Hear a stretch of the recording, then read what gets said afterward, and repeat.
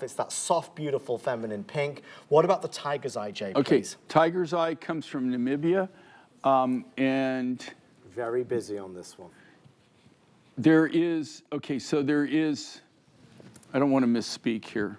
So you do have two forms of tiger's eye on this. You've got a blue, which they call eagle's eye. Yes. And then you've got the golden tiger's eye. The great thing with this, if you look at this and the chatoyancy of this material, the chatoyancy is that cat's eye effect. It's that gleam. That's Mother Nature's natural bling. Every bit of this, and this is Namibian material, really the finest. So you can see how chatoyant it is. You can see the blue, which is the eagle's eye, and then you've got the gold tiger's eye. You can see it comes to life. When you're seeing that glow, that gleam, and what that is, it's actually asbestos crystals growing inside the host rock. And no, it is not dangerous, okay? It's natural phenomena. It's not asbestos fiber. It's actually crystals that are embedded in that. And that's what's causing that that chatoyant effect, that glow in that bling, that glow, that gleam. That's the property of chatoyancy. It's got that attitude to it. It always does with tiger's eye. Here's where we are. The tiger's eye is selling very quickly, but the rose is selling the fastest.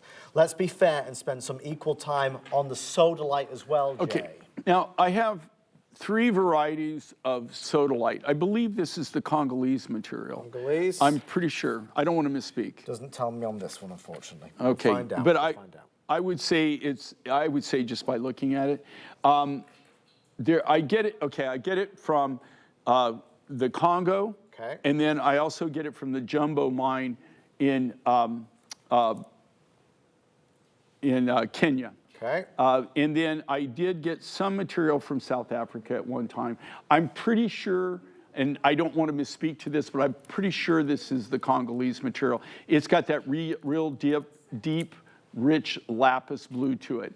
Again, this is a natural sodalite. And of course, sodalite does not, I mean, this isn't the normal sodalite. No. Sodalite usually is very blotchy, very, a lot of white, a lot of marbling in it, and that's why I don't use it. So it was one of the materials we had available at the time. So I'm pretty sure, I don't think this is from the Jumbo mine. I believe it's the Congolese material. And then the rose quartz comes from Madagascar, from our good friend there. That's the pink of the pink, natural colored quartz. And then the eagle's eye and the tiger's eye both come from somebody that I've known for almost 4 decades in Namibia. In Namibia? Namibia. Say that 3 times fast. No, you can't. You mumbled. You mumbled through it. I'm a mumbler, Jay. How did you meet this person in Namibia?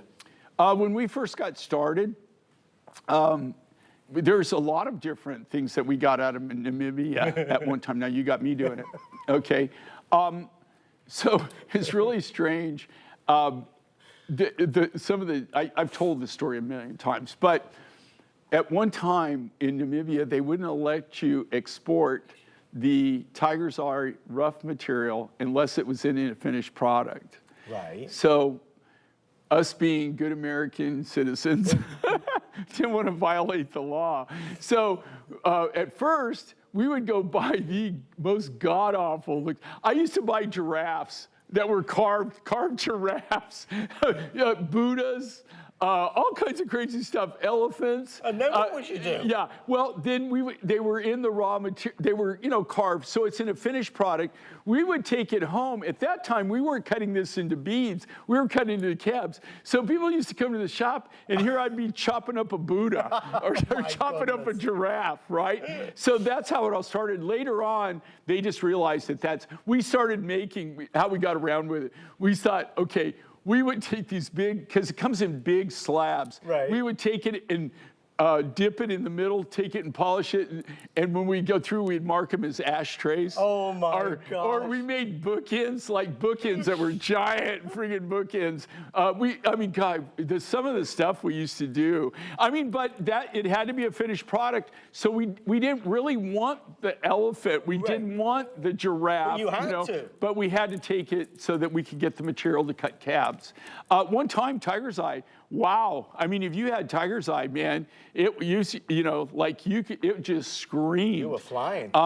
So these are materials I've used for a long, long time. I have a lot of affinity with them. The sodalite is the newest. I really just got introduced to this a few years ago. You know, it's not something I really had a big line on. But the rose quartz, and I tell you, I could write a book on rose quartz, guys. Okay, now in rose quartz, here's where you know you have super high quality rose quartz, and this is ultimate quality rose quartz. You could have this color, this beautiful color, and you find rose quartz on several continents in the world that I get the material from. This is the material from Madagascar. You could have the beautiful large crystal or large piece of rose quartz.